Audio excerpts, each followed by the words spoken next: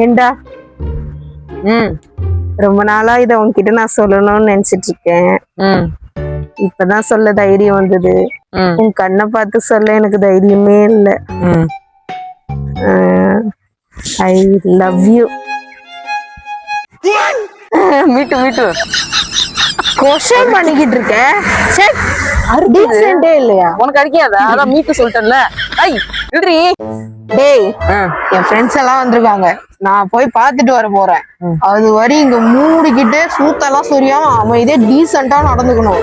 இல்லன்னு வையன் மாட்டிக்கிச்சு. என்ன எதுவும் பண்ண மாட்டேன் போ. ஏன்டா அறிவு கிருவி இருக்கா இல்லையாடா உனக்கு?